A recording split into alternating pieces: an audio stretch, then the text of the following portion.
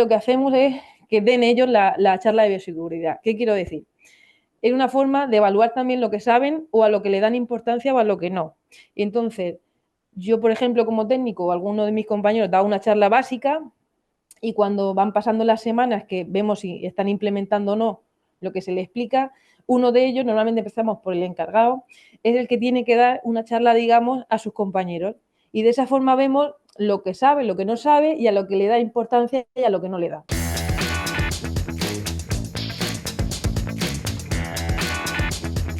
Hola, soy Guillermo Ramis y voy a ser vuestro anfitrión en este nuevo episodio de Porticast.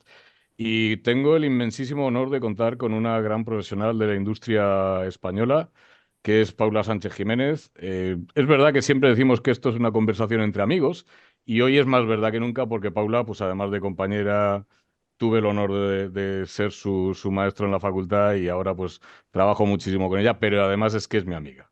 Así que es un verdadero honor, Paula, tenerte aquí. Sé que vamos a disfrutar y a aprender mucho. Y lo primero que te voy a pedir es que te presentes a ti misma. Me gustaría saber tu formación, tu experiencia y a qué te dedicas actualmente. Pues yo, bueno, pues lo voy a hacer rápido porque en realidad llevo bastantes años trabajando, pero en el mismo sitio donde empecé. Entonces, bueno, yo me licencié en el año 2012 en la Facultad de Murcia, veterinaria. Un par de años después, de 2014, hice también allí un máster, el máster de porcinocultura técnica y científica. Y desde 2019 estoy, bueno, contigo de tutor haciendo el doctorado y también desde ese año, desde 2019, haciendo la residencia del Colegio Europeo de Salud de Manejo de Porcino. Y poco más a nivel de formación. Y en cuanto a lo que es la vida profesional, como digo, voy a ser breve porque empecé también en el 2012, desde que salí de la facultad, a trabajar en una empresa que se llama Agroport, que está, bueno, tiene la sede en las Torres de Cotillas aquí en Murcia, y sigo trabajando en la misma empresa 13 años después.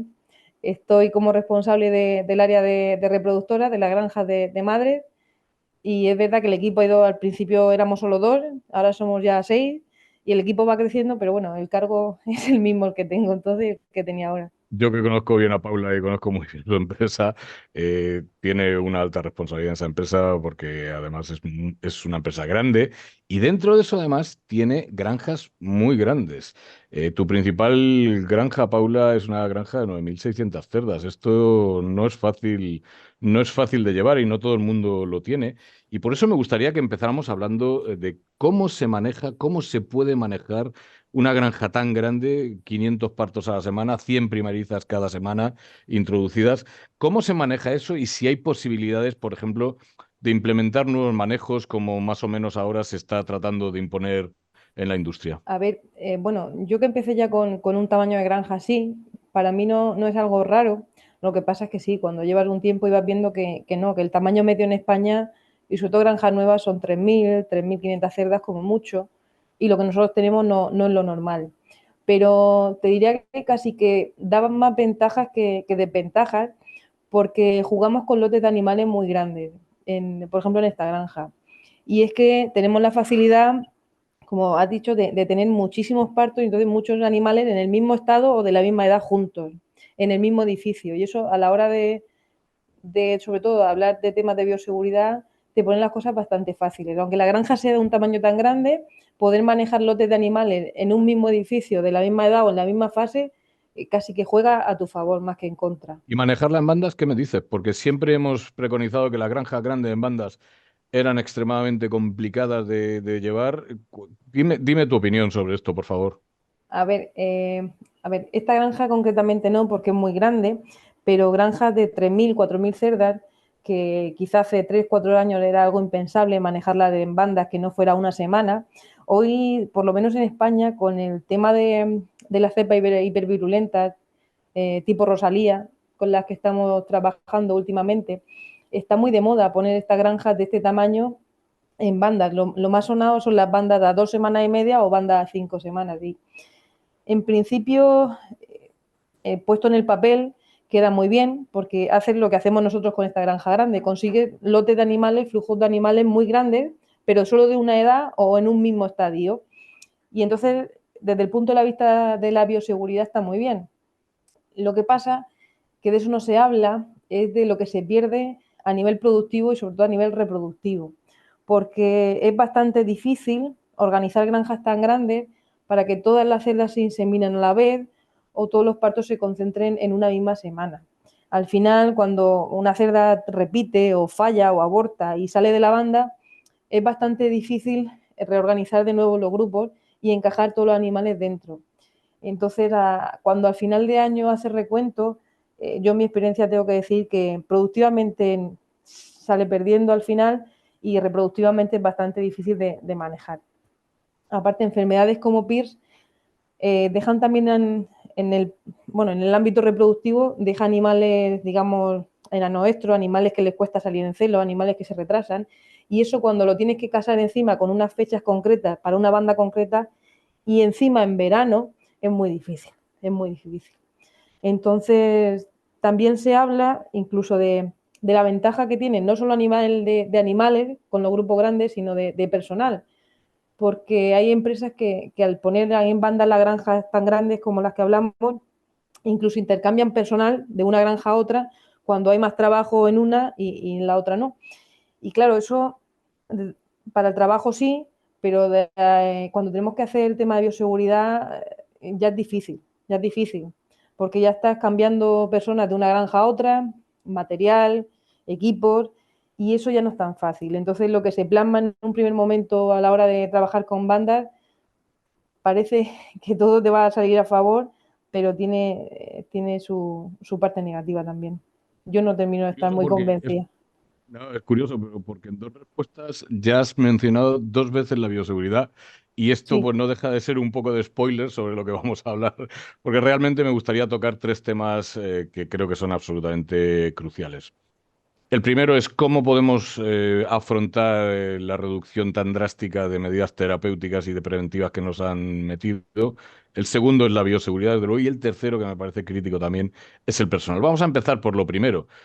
¿Cómo podemos afrontar mm, el mantenimiento de la salud y del bienestar de nuestros animales con unas reducciones tan drásticas del uso de antibióticos como las que se nos han planteado y como las que nos han plantean, sobre todo en entornos geográficos muy densos como puede ser el nuestro, el de nuestra región, y sobre todo en entornos tan densos como las granjas que tú manejas de casi más de 9.000 cerdas? Bueno, en este caso tengo que decir que España estamos dentro de la Unión Europea, pero a nivel de producción porcina no tenemos nada que ver, porque como bien se sabe, Europa en su mayoría cuenta con granjas que no son ni de lejos del tamaño de las nuestras, que no trabajan quizá tan intensivo ni tan separando fase a fase, y el tamaño de la granja es importantísimo. Entonces, claro, cuando se aplican las leyes que se hacen para esa granja en Europa, y se quiere trasladar al ámbito español es prácticamente imposible y es un sinsentido además, porque de hecho se fomenta mucho a nivel también ahora de Europa por el tema del consumidor, lo que requiere, se fomenta mucho el tema de la granja ecológica, la granja orgánica, y cuando te vas a ver números, por ejemplo, de mortalidad predestete en una de estas granjas orgánicas, te puede llevar las manos a la cabeza, porque estamos hablando de normalizar quizá una mortalidad de un 20%. Entonces, lo que el consumidor cree que está comprando como bienestar animal, a nivel técnico, a nivel productivo, en realidad yo te diría que es lo contrario, ¿no? Porque mantener un 20% de mortalidad predestete, cualquier técnico que se precie te va a decir que eso no cuadra, no concorda.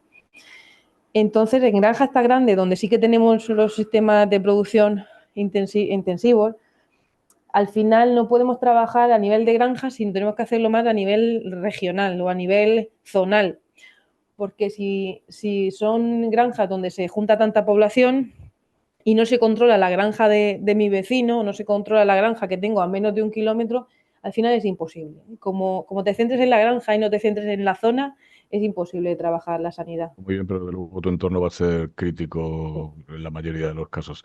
Y estás de acuerdo conmigo que morirse es el peor estado de bienestar que existe, ¿verdad? Porque parece que hemos perdido un poco la cabeza y hemos desequilibrado mucho eso de no usemos antibióticos. Ya, pero los animales se mueren, hay que tratarlos y hay que prevenir. Y si también quieres que cuide el bienestar, pues habrá que encontrar un punto de equilibrio. Bueno, vamos a la otra parte, ya hemos hablado de antibióticos, que por desgracia cada vez hablamos menos y debemos dejar de hablar. Y vamos a hablar de bioseguridad, que es algo que imprescindiblemente para poder afrontar la producción sin estas herramientas, pues va a ser, desde luego, pues crítico. Quiero que me cuentes, y yo algunos los conozco y te estoy deseando oír tu respuesta. Quiero que me cuentes cómo se puede implementar bioseguridad en granjas tan grandes. ¿Qué medidas te has inventado tú para poder implementar bioseguridad? A ver, yo puedo comentar mi experiencia, pero también digo que no he conseguido el objetivo que tenía. O sea, siempre hay algún fallo, siempre te olvidas de algo o siempre en la cadena alguien no participa como tú piensas que debería hacerlo. Entonces, nosotros en granjas muy grandes lo que hacemos es funcionar, digamos, funcionar de la misma manera en todas las granjas de una misma zona. Entonces, cuando implementamos una medida, ya sea terapéutica o ya sea de manejo o de contención, lo hacemos en todas las granjas de la zona, no granja a granja. Entonces, por ejemplo, cuando ponemos normas de personal, cuando ponemos normas a entrada y salida de vehículos o entrada y salida de material, al final es la misma norma para todas las granjas de una zona. Porque si no, como decía antes, no se consigue si trabajamos de manera individual en cada granja.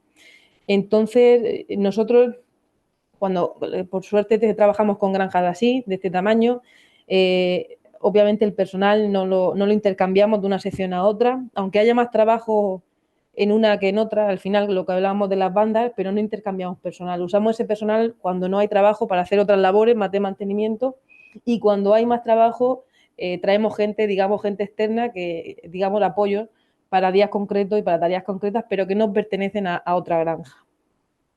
Por supuesto, no entra ni nada, no entra ni sale nada de la granja, ni a nivel de vestuario, ni a nivel de personal, y digamos que eso es un gasto más, porque no se comparte nada de una granja a otra por cercanía que haya, y es un gasto más, pero es necesario.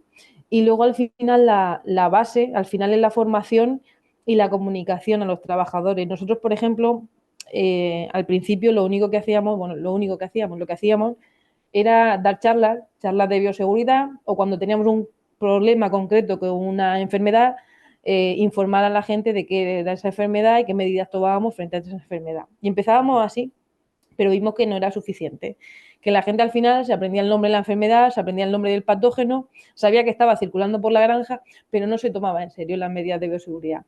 Entonces le dimos un poco la vuelta y lo que hacemos es que den ellos la charla de bioseguridad. ¿Qué quiero decir? Es una forma de evaluar también lo que saben o a lo que le dan importancia o a lo que no.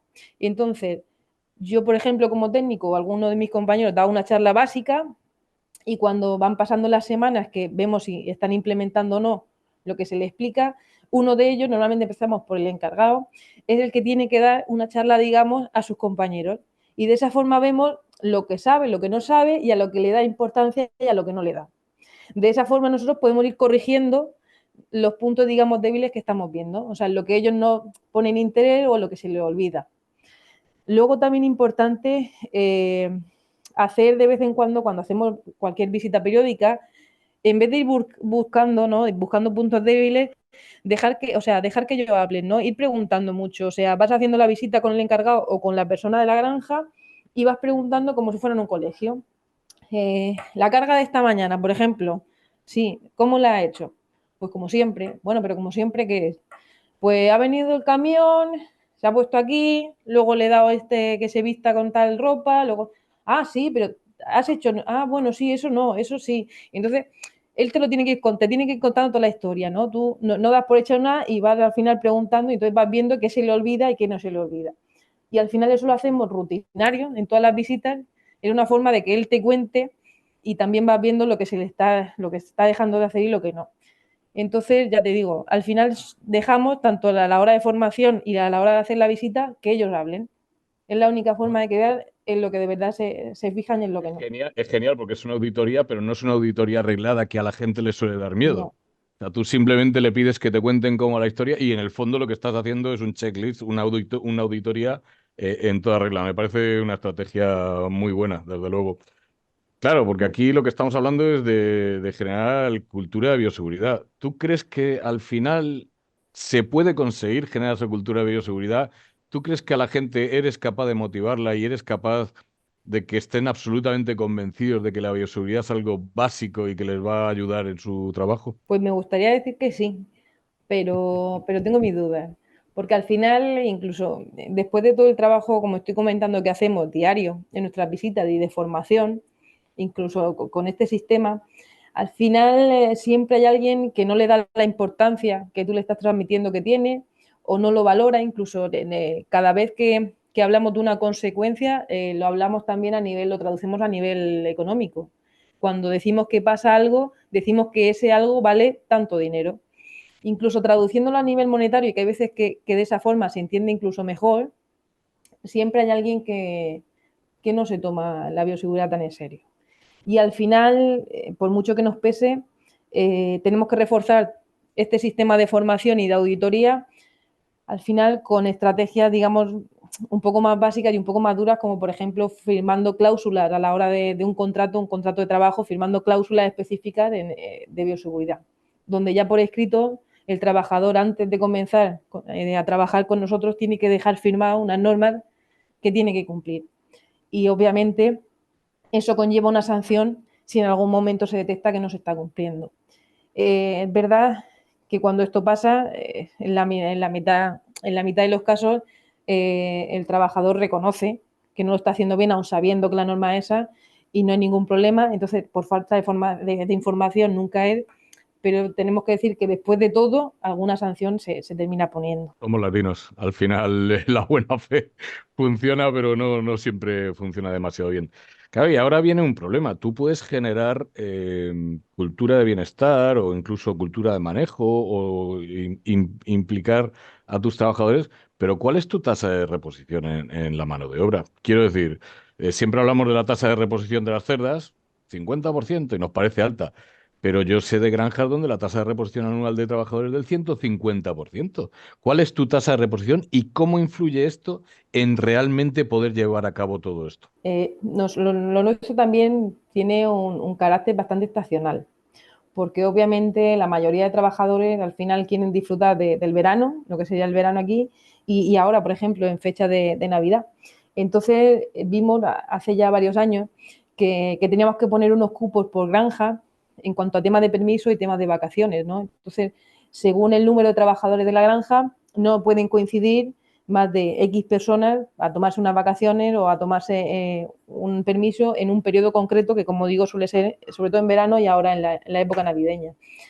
Y ya como empiezan trabajando cuando firman sus contratos, es otra de las cláusulas que se les explica y que está dentro, ellos saben que es así. Y cuando el cupo está lleno ya saben que al año siguiente les va a tocar a ellos o se tienen que coger el periodo anterior o el periodo posterior. Entonces tenemos cupos por granja de ausencia y de vacaciones. Aún así, siempre hay bajas, bueno, bajas por sanidad, bajas por salud, con las que no cuentas, no puedes planificar, y siempre tenemos en la empresa, siempre te diría que nunca bajamos de un 10% de personal extra con el que, como digo, tenemos que ir reforzando cuando alguien falta en una granja o en momentos que se necesita por volumen de trabajo un apoyo. Entonces no bajamos nunca de un 10% durante todo el año. Y en verano incluso ese 10% sube cercana a un 20% de gente extra trabajando en la granja. Y ya te digo, con esa gente es con la que tenemos mucho cuidado, sobre todo con el tema de bioseguridad, porque estos sí que pueden cambiar de una granja a otra y tenemos que tener con el material, con su vestuario y con su vehículo muchísimo cuidado con esta gente. Pero para este equipo de gente, digamos, auxiliar, tenemos un encargado concreto que controla a esta gente concreta. A mí esto siempre me ha gustado de tu empresa porque realmente le dais al personal la importancia que tiene. Ya sabes que en otros sitios van recortados de gente y vosotros, justo al contrario, tenéis un 10%. Fíjate, ya Sí. que hemos hablado de personal, hemos hablado de enfermedad, hemos hablado de bioseguridad, yo siempre que hablamos de bioseguridad, la gente está muy obsesionada o tiene mucho énfasis en la bioseguridad externa, en evitar que cosas entren en la granja.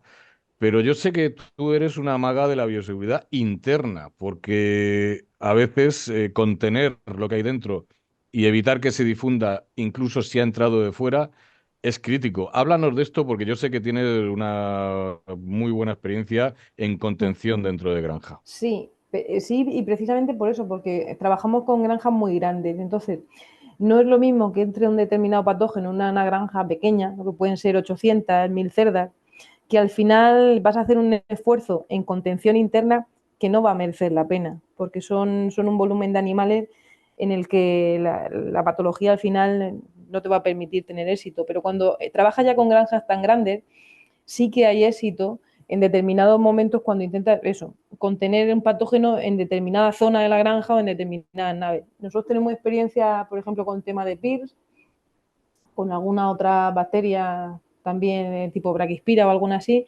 donde una vez entra a la granja ya no puedes hacer nada y lo que sí hemos trabajado muchísimo es eso, la biocontención.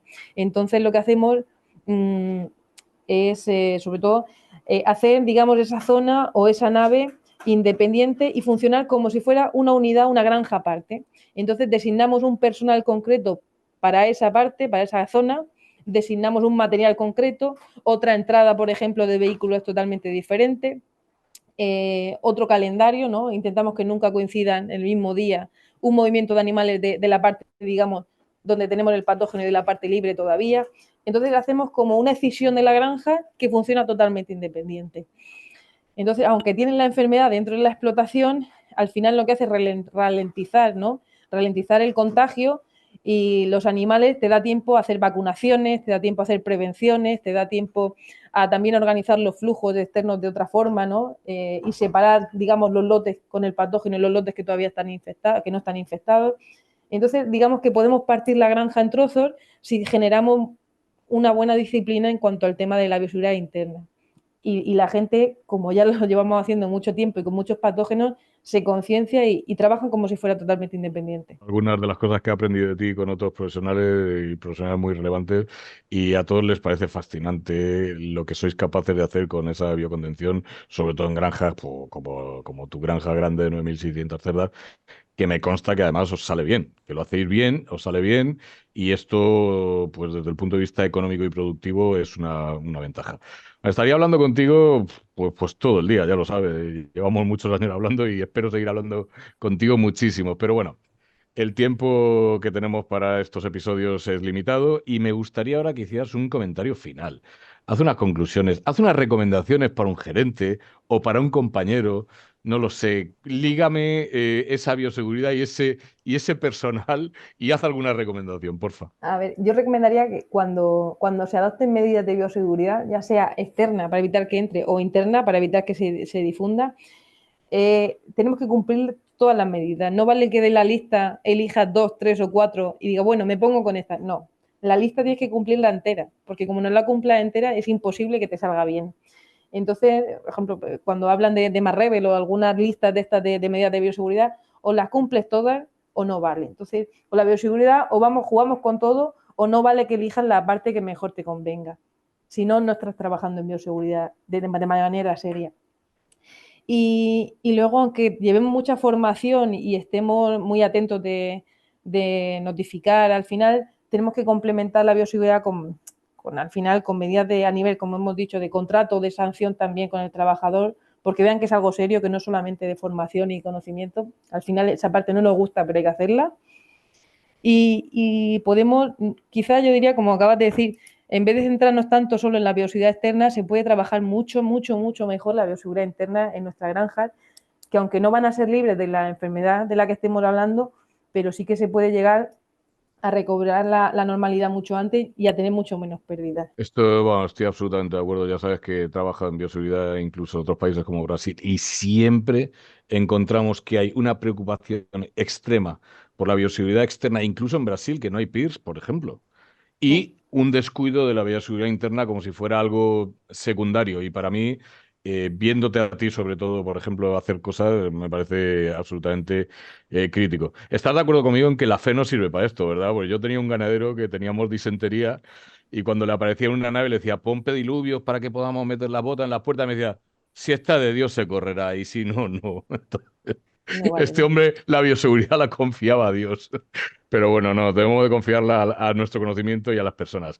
Y para terminar, algo que siempre hacemos en Porcicast y que es muy interesante es que dime a quién te gustaría oír en un episodio de Porcicast. Nomina a una o las personas que tú consideres para que participen con nosotros en un Porcicast y que tengan algo relevante que contarnos sobre cerdos. A ver, pues te podría decir bastante gente, porque interesante, hay mucha gente trabajando en cosas muy interesantes, pero yo creo que se me viene a la cabeza, sobre todo hablando de un tema de bioseguridad y quizás de alguna enfermedad de estas bastante en boga, un compañero aquí en la zona que se llama Vicente Blasco, que trabaja también en una empresa vecina, que es una persona joven y bastante inquieta, y ya digo que tiene bastante interés y experiencia en temas de estos también de bioseguridad. Y luego, por traerlo un poco ya a lo personal, hay otra persona que se llama Caridad Cerezuela, que es la presidenta de la asociación que tenemos aquí en Murcia de veterinarios de porcino, que aparte de ser mujer, ha sido ganadera y es veterinaria. Entonces, tiene una visión bastante plural del trabajo que hacemos nosotros día a día, y me gusta también el enfoque que le da a la mujer en este sector de los tres ámbitos, el ganadero, el veterinario y el, de la, y el de la granja. Y no sé si quizá también, por cambiar un poco el tema, en comunicación tenemos una persona muy buena, yo creo que es Gemma Ticó, que nos está aportando bastante al sector en redes sociales, con las formaciones que hace y la ayuda que da a las empresas a nivel de visualizar y de darle valor al trabajo que hacemos también en el porcino día a día aquí en España. Pues Cualquiera de los mira, tres. nuestro equipo siempre dice lo mismo y dice, cada vez que digo, no, esa persona que han recomendado es amiga mía, dice, qué novedad, pero es que estas tres personas son muy amigas mías y cualquiera de las tres me parece una elección fundamental. Vicente es un tío muy joven, con las ideas muy claras y muy trabajador. Caru es una líder absoluta y sobre todo, como dices tú, en el aspecto de la mujer dentro de la producción porcina, que me parece crítico.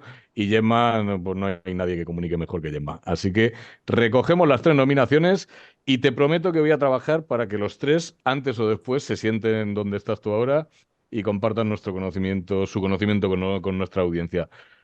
Paula, ¿qué Muy te voy a bien. decir? Muchísimas gracias, que te quiero muchísimo, que aprendo muchísimo de ti, que me parece fascinante lo que haces y que me gusta mucho trabajar contigo. Así que, pues, me ha encantado este episodio. Sé que la gente lo va a disfrutar y espero que sea el primero de otros episodios en los que vengas a hablarnos de otras cosas. Muchísimas gracias por haber querido participar con nosotros. A vosotros por dejarme a mí también estos minutos compartirlo. Muchas gracias.